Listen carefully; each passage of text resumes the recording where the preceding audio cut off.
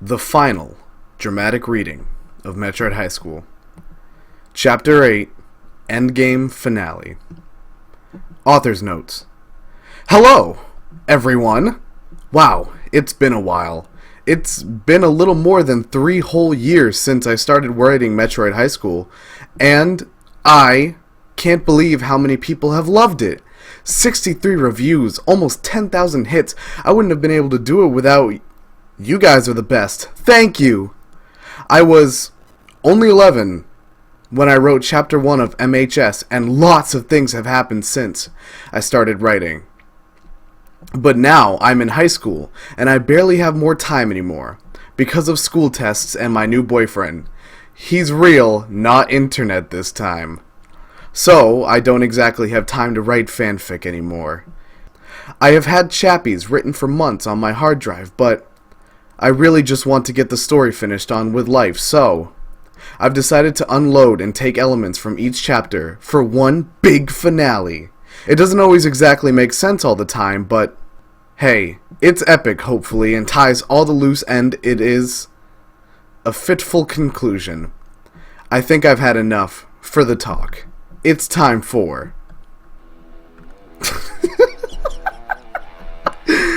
Oh, it's time for what? Is it the end? The Endgame finale. The halls of a high school. Metroid High School. Dances, gossip, girls, students, learning. Everything had happened. Samus and Ridley's ask out. The football, the cholera, and even the election. But now, war stains. Oh, man. In the hall, civil war was raging before it had even started.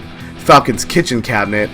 Author's notes, I learned about this in U.S. history. Andrew Jackson liked his buddies, so he gave them jobs eating food and partying in the White House. Was in control of the school. Luckily, Samus and friends were not pushovers, so it was a bloody situation. Mandy and Tio Juan were two of the people who were fighting in the onslaught. Tio, catch! Helen addicted as her Mexican caught the grenade she tossed at him. With teeth, he pulled out the tad end, through, killing 7 or more Republicans. Too bad, one of the Kai Hinters still had a trick up his sleeve, and it was a pistol. It fired at Helen, mortally wounding his soulmate. Tio Juan, Helen coughed, but the cut off by the river of death. Alan! Tio Juan was insoluble. This turned him into a killing machine. He had lost his favorite girlfriend, his friend. For war? For what? The underground art room was where Samus, Amy, Adam, and Principal Yokoi were discussing war games. Except not Warhammer or Battlefront. Stupid. Except not Warhammer or Battlefront, but the kind of countries do before a war. Except this one was already happening. What, are we screwed? Principal Gunpei Yokoi extruded in the room. Luckily, no one noticed his bizarre fits and carried out with the meeting. President Iran, here's the ordeal. Amy, her friend and advisor, protrude. Falcon and the Republican Army have learned how to clone Kai Hunters. That's why there's so many bodies everywhere. This did not look like it was going to be a happy ending, but a shadow appeared in the corner, and it was a good thing they didn't shoot it because it was only Trace. If you can give me and the game dude time, I believe that we can call in reinforcements. Trace covered it. No one liked industrial espionage, but they agreed that just like Samus said in speech that things must be different when there's war. Okay, I see the ideas, but what are we gonna do in the meantime? Adam noted that there might not be enough time for Game Dude's scheme, and there was way too many enemies to take down with just poses and political allies. That's when a voice was heard at the door, and it was someone that Samus did not exactly expect.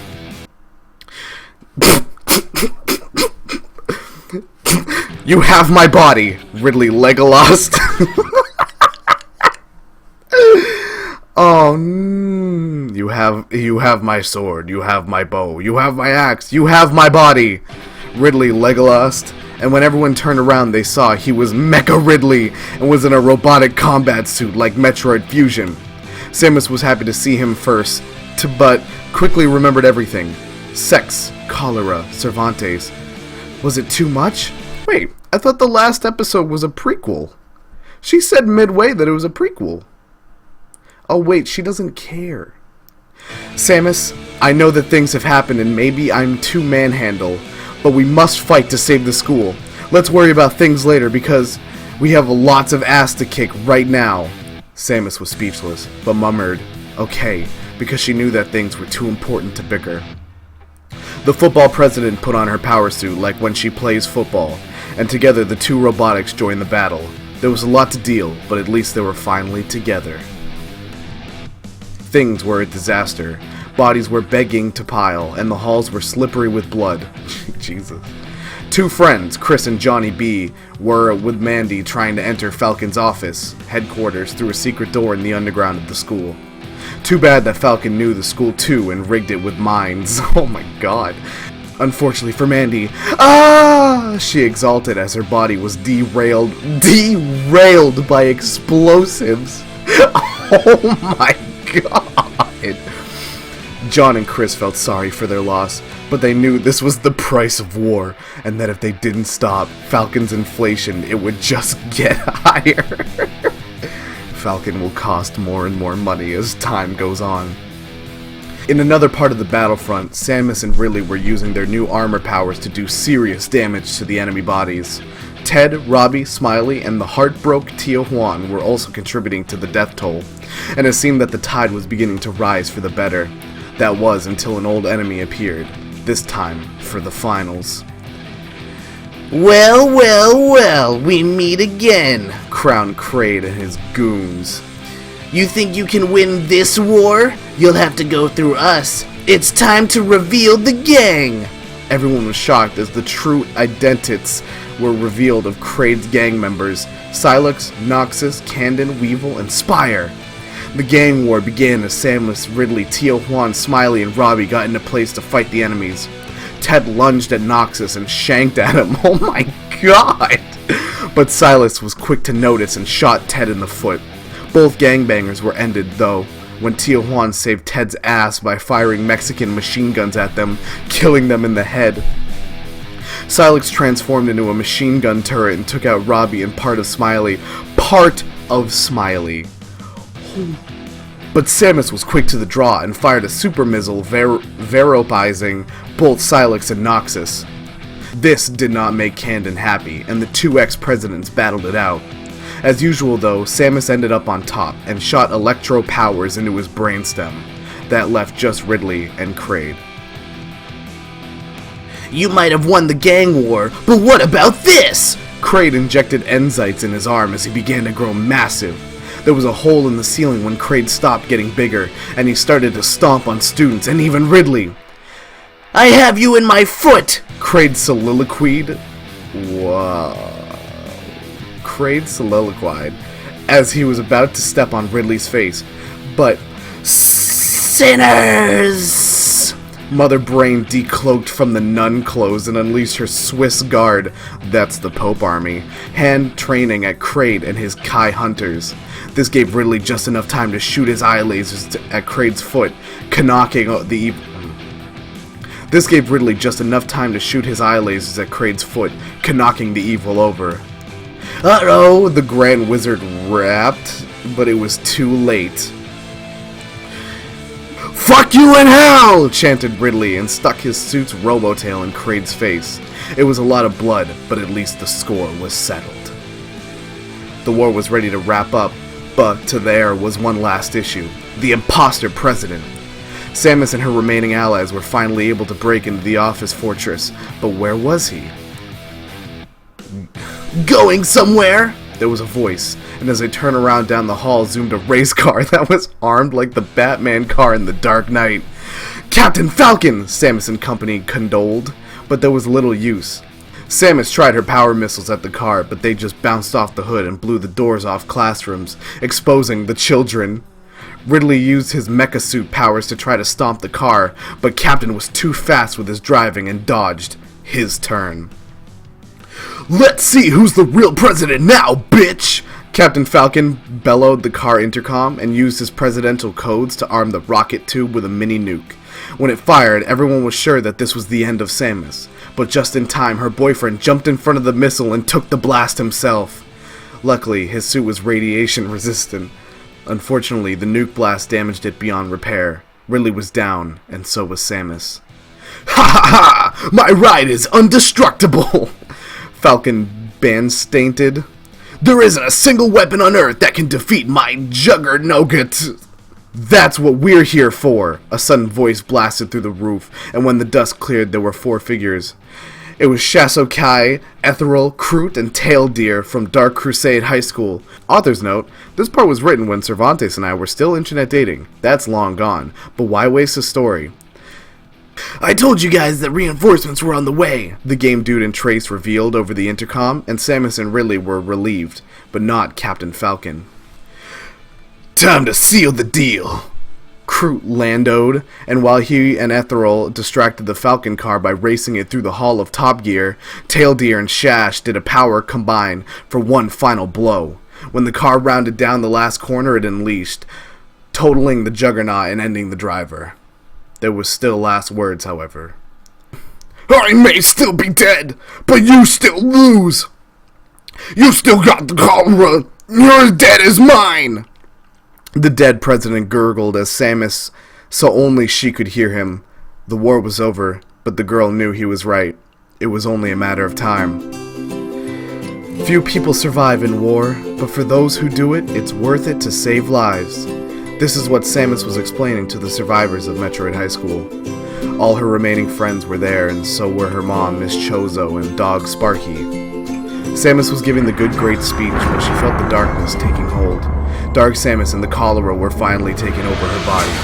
When she collapsed on the floor, people began to crowd around and cry. Please, is there a way? Ridley cried out to the gods. There is, confirmed Dr. Vanis, who drove up to the podium in a sport car and revealing a hypodermic needle to serum in it. You found a cure! Everyone cheered. Dr. Vanis turned to her patient. Dr. Vanis is a girl? That's embarrassing. I may not agree with your sex, but I won't see a patient suffer, even a sin widow, the doctor Hippocrates. That's not Hippocrates, the Dr. Hippocrates. Paging Dr. Hippocrates. And injected the liquid into Samus's body. The cholera syndromes began to fade away, but the dark was not ready to give up without a fight. Samus coughed up blood, and a white began to flash. As Samus convulsed, Dark Samus began to materialize outside her body. Dark Samus satanically echoed. Thanks to your cure, I'm finally free. Dark Samus started running around, taking down students and teachers and eating their souls to gain power. Now that she was cured, Samus was at full power and did her best to fight Dark Samus before it inflicted too many casualties. Unfortunately, Dark Samus was already far too powerful, and all that Samus could do was knock the helmet off of its body to reveal its identity. No one could have expected the truth. Coach Houston, you're Dark Samus? The entire school was shocked in disbelief. Houston only smiled with all his teeth. I admit it, I made the cholera. I couldn't have Ridley and Samus be dating because she needs to be a team player and boyfriends take time, Houston explained from experience. There's nothing more important than sports, and you can't stop me. Not exactly. At that moment, the doors flew open, and there was a sound of a gunshot. At the door was President Gerald Ford. Finally spelled it right if you're wondering he was still president when Metroid High School took place. With a sniping pistol in his hand and 50 Secret Service agents who took control of the situation. Huston was choked. His idol had just shot him in the face. But you played football! Why? Houston was confounded in the final moments of his life, but Ford explained. Everyone, sports can be fun to play and are good for bodies, but sometimes people take it too far. It's not worth it to make biological terror or start wars, but as long as you keep it clean, keep it real. The real president finished the speech. And with that, he returned to the White House, leaving Ridley and Samus alone. Everything was just about sorted out, but there was still one last thing that was troubling Ridley's mind. Samus could tell because they had been going out for a time, and she inquisited, "Ridley, what's the issue?" "Well, it's only 3 more days until the big prom, and I know we're not together anymore." Ridley shuffled uncomfortably, but Samus was warm with a kiss. "Ridley, I can't stay mad at you. You know the love when you feel it." And they kissed in front of the entire remaining school. Everyone cheered, including Principal Yokoi, Shas, Tio Juan, Amy, Mrs. Chozo, and even Cervantes cracked a grin. "Damn," thought Ridley for the final time. "I'm the luckiest guy in the universe."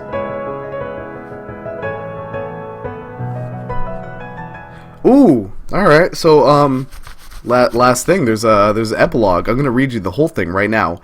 Epilogue, epilogue, epilogue, epilogue, epilogue, epilogue, epilogue, epilogue, epilogue, epilogue, epilogue, epilogue, epilogue.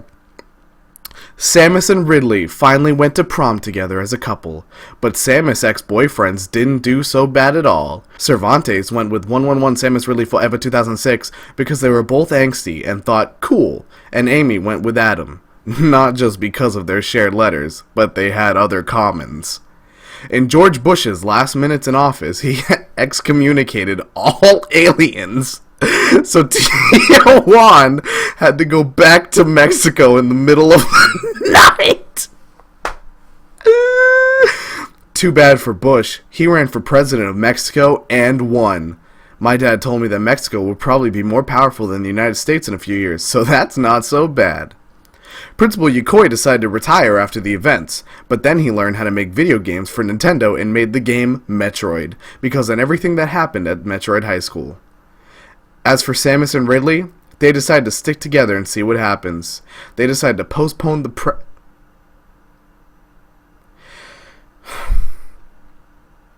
I'm going to read this real slowly for you.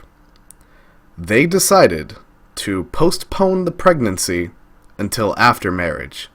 Because even though Juno is a movie, teens don't always make parents in real life. And the next time they had sex, Samus remembered to have her own pregnancy test. After 3 years and 11 days, my fanfiction career has officially come to a close. I couldn't have done it without you guys. Are the best. I've tried a lot of new things when writing, like words and ideas and all kinds of weirdness. And even though some of you don't like it, and it didn't make sense the whole time, at least it's something. I'm going to miss you guys so much. But hey, don't forget to review. Thank you all so much. And never forget, Samus and Ridley, forever.